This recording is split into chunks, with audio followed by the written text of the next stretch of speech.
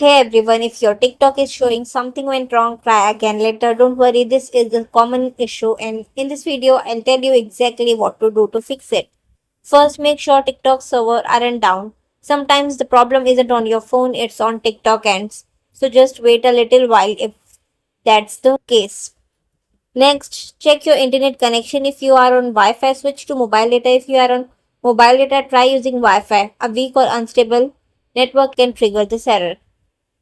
Next, uninstall and reinstall your TikTok app. This will clear cache.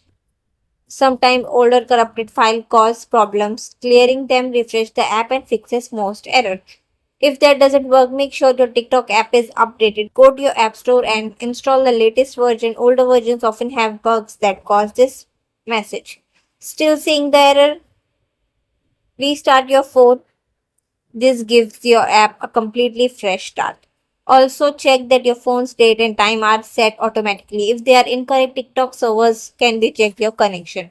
That's it. Follow these steps and your TikTok should start working again.